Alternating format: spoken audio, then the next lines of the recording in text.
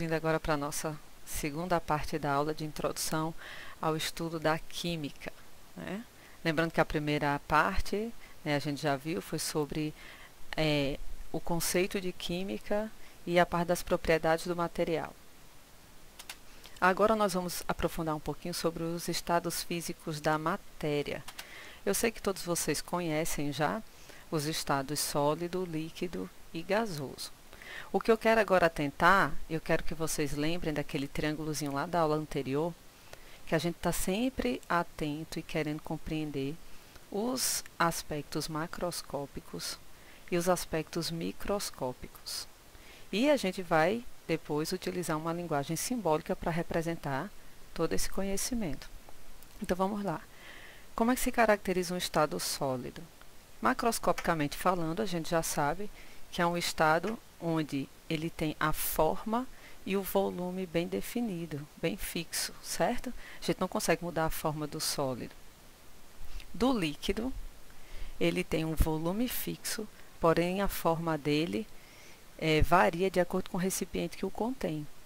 Já o estado gasoso, ele tem a forma e o volume variável, né, que depende do espaço, ele pode ocupar todo o espaço que ele tiver disponível para ele. Mas por que o estado sólido, líquido e gasoso tem essas diferenças que são observáveis no nosso universo macroscópico?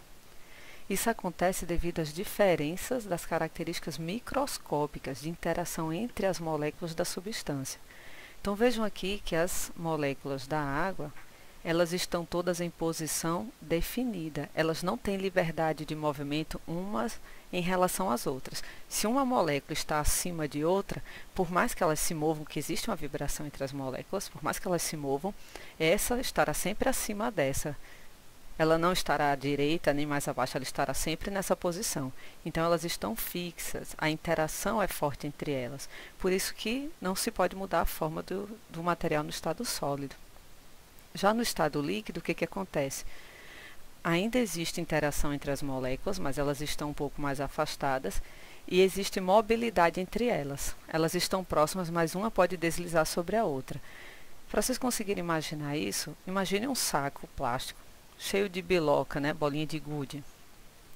Se a gente mexe o saco, as bolinhas mexem umas sobre as outras. Mas quando a gente segura assim, todas se depositam no fundo do saco, não é isso? Então é isso que acontece com as moléculas no estado líquido. Elas têm um volume fixo, porque a distância entre elas é ali constante, mais ou menos constante, mas elas têm liberdade de movimento. Então elas sempre vão escoar para ocupar o recipiente, mas sempre a parte de baixo, respeitando o volume que a gente tem. Já no estado gasoso, a temperatura está tão alta que as moléculas estão com a vibração muito maior. E essa vibração das moléculas está tão intensa que consegue romper a interação que existia entre as moléculas. Não é quebrar a ligação química, tá? Ainda existem as moléculas aqui, cada uma com suas ligações. Mas a interação entre elas agora foi quebrada. Então elas conseguem se liberar uma em relação à outra. Então elas conseguem se expandir e ocupar todo o volume que tiver à disposição delas. Então essa é a característica microscópica dos estados físicos da matéria. Outra coisa importante que a gente tem que lembrar é a transição entre os estados. Então, a passagem do estado sólido para o líquido, vamos relembrar, chama-se fusão. Do líquido para o gasoso chama-se vaporização, ou ebulição, ou até evaporação, depende das condições que ocorrem esse processo. Do estado líquido para o estado sólido, nós temos a solidificação. Do estado gasoso para o líquido, nós temos a condensação ou liquefação.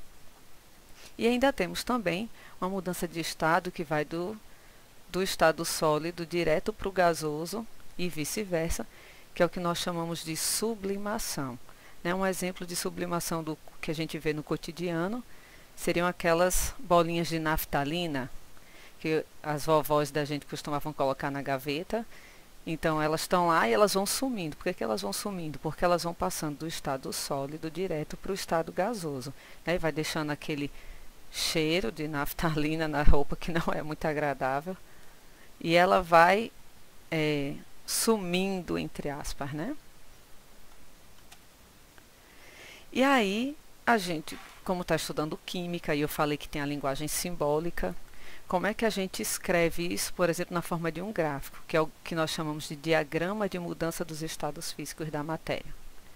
Então, nós agora vamos construir um gráfico, onde nós vamos ter aqui, no eixo Y, a temperatura, no eixo X, a passagem do tempo, que vai estar sendo marcada aí em minutos, por exemplo. Esse gráfico aqui é para a água. Então, veja que a gente começa aqui, né, o tempo zero, né, vem para cá, ó, tempo zero. A gente começa numa temperatura abaixo de 0 graus Celsius, porque a gente sabe que a temperatura de congelamento da água é 0 graus Celsius, ou seja, o ponto de fusão ou temperatura de fusão para a água é 0 graus Celsius. Vou até aproveitar aqui para a gente resgatar aquele conceito da aula anterior, que a gente falou sobre propriedades específicas da matéria. O ponto de fusão, ponto de ebulição, são propriedades específicas. Cada substância tem um valor específico. Então, para a água, ponto de fusão, 0 graus Celsius. Então, a gente começa aqui numa temperatura abaixo de zero. Então, veja que eu começo a aquecer o sistema. À medida que a temperatura vai subindo, né, o tempo vai passando e a temperatura vai aumentando. A temperatura aqui do gelo está subindo, vai aumentando. Quando se chega na temperatura de 0 graus Celsius, eu começo a ter a transformação, a passagem da água no estado sólido para a água no estado líquido. E enquanto estiver ocorrendo essa transformação, né, que vai ter a coexistência aqui de gelo e água, a temperatura se mantém constante em 0 graus Celsius. Mesmo que eu continue fornecendo calor ao sistema, esse calor está sendo usado para fazer a mudança de estado e não mais para a elevação de temperatura. Por isso que a temperatura permanece constante. Quando todo o gelo tiver se transformado em água líquida, não tiver mais nada de água sólida, a temperatura volta a subir, porque eu ainda estou aquecendo o sistema. Então, a temperatura volta a subir. Só que agora só tem água lá dentro do recipiente. E aí a temperatura volta a subir. Eu vou aquecendo, a temperatura vai subindo, o tempo vai passando. E aí, quando se atinge a temperatura de 100 graus Celsius, nós temos agora o início da ebulição. Então, a água líquida começa a passar para o estado de vapor. Também, da mesma forma como aconteceu no outro processo de passagem, de mudança de estado, a temperatura vai permanecer constante. Então, enquanto houver água líquida passando para o estado de vapor, vai coexistir ali água e vapor numa temperatura de 100 graus Celsius. A temperatura não muda. Quando toda a água tiver passado para o estado de vapor, e vamos supor que a gente está num sistema fechado, onde esse vapor não está escapando, né, para um meio, para a atmosfera. Na nossa casa, o vapor vai saindo na panela, né? Agora, imagine que é um sistema fechado.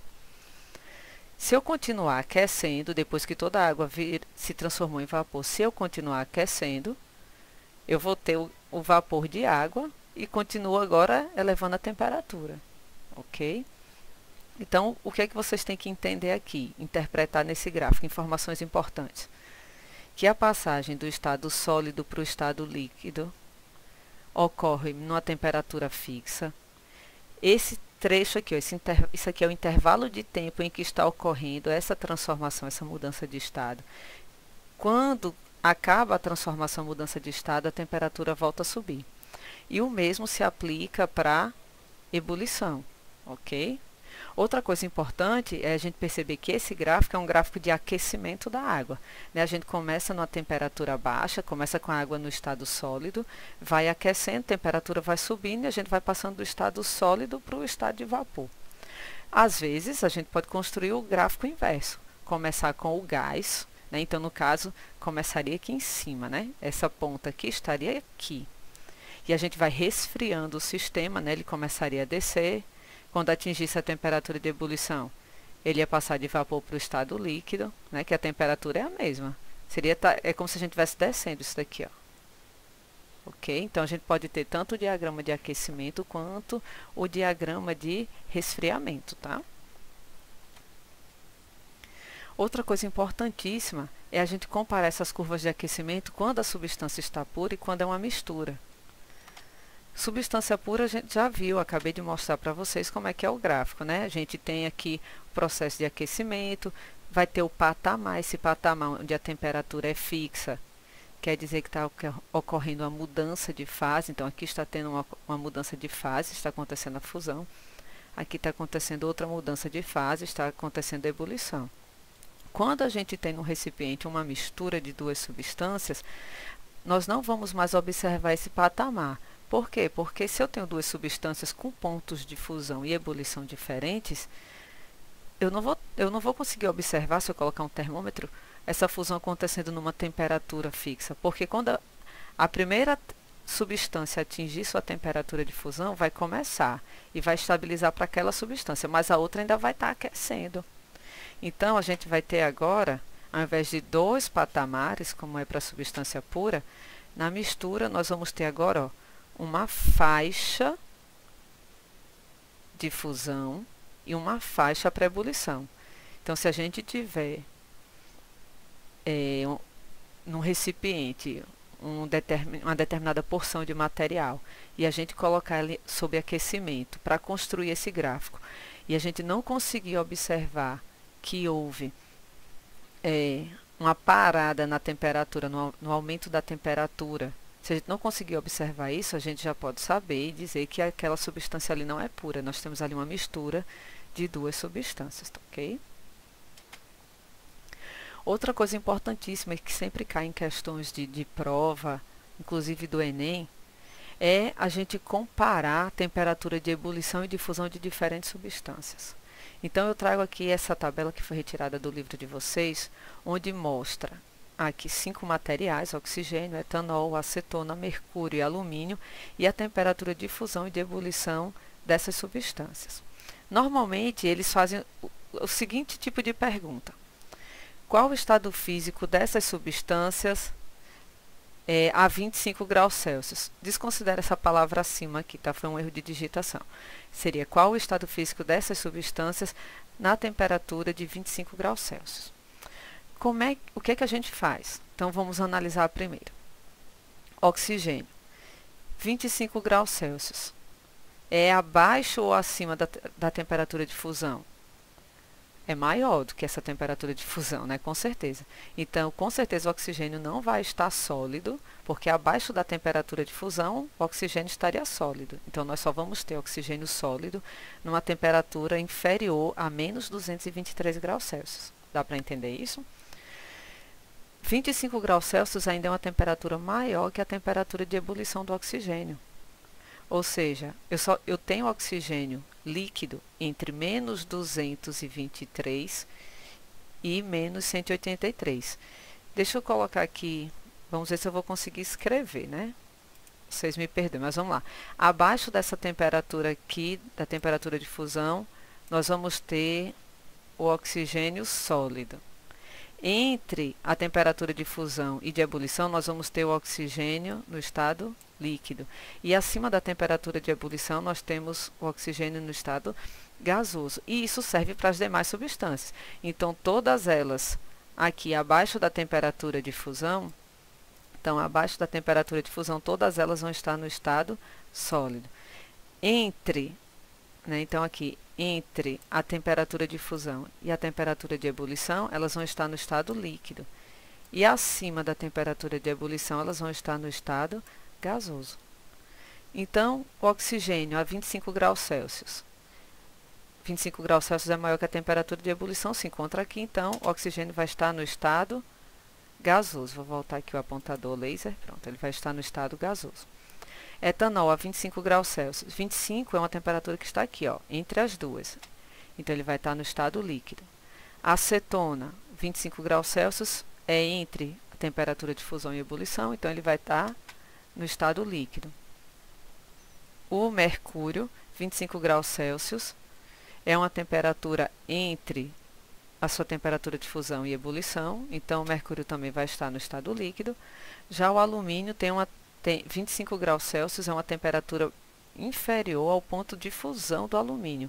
Então, ela fica por aqui, abaixo de 660. Então, o alumínio vai estar no estado sólido, ok? Outra coisa importante também de se lembrar, e que às vezes cai bastante nas questões, é vocês entenderem que a temperatura de ebulição ela varia de acordo com a pressão ambiente. Então, a temperatura de ebulição da água, por exemplo, é 100 graus Celsius ao nível do mar, onde nós temos uma pressão atmosférica de 1 atm. Então, ela é 100 graus Celsius aqui. Quando a gente vai para lugares mais altos, que a pressão atmosférica diminui, a temperatura de ebulição também diminui. Por que isso acontece? Porque se eu tenho água líquida, eu tenho as moléculas de água aqui no líquido interagindo entre elas, e eu começo a aquecer, a agitação delas começa a aumentar. E é só quando a pressão de vapor delas se iguala com a pressão ambiente que ela consegue escapar do líquido e sair na forma de vapor. Se a pressão ambiente diminui, então ela vai conseguir se igualar à pressão ambiente, a pressão de vapor do líquido vai conseguir se igualar à pressão ambiente numa temperatura mais baixa, porque a pressão de fora está mais baixa. Então a água não vai precisar estar a 100 graus Celsius para conseguir se igualar à pressão atmosférica. Então, a 93 graus Celsius, por exemplo, no México, a água ferve. Já no pico do Monte Everest, que é o ponto mais alto que nós temos, lá a água vai ferver a 72 graus Celsius. Entenderam a relação? Então, quanto menor a pressão atmosférica, também vai ser menor a temperatura de ebulição, porque é mais fácil o líquido entrar em ebulição. E aí tem uma outra questão. Onde é que a comida vai cozinhar mais rápido? Aqui ao nível do mar ou lá no Monte Everest? Aí eu vou dizer para vocês que a comida vai cozinhar mais rápido aqui ao nível do mar. Por quê? Porque está mais quente. Quanto maior a temperatura do líquido, a comida vai cozinhar mais rápido. E aí é por isso que a gente utiliza a panela de pressão na nossa casa. Por que a gente utiliza a panela de pressão? Porque a gente fecha, então a pressão lá aumenta, então a pressão lá dentro é maior do que 1 atm, né? A pressão lá está muito grande. Então a água vai ferver numa temperatura maior do que 100 graus Celsius. Então, se a temperatura vai estar maior que 100 graus Celsius, a comida vai cozinhar mais rápido. Bem, pessoal, espero que a aula tenha sido boa, que vocês tenham compreendido tudo. E na próxima aula a gente continua ainda com essa parte introdutória, tá ok? Até mais, até a próxima. Tchau, tchau.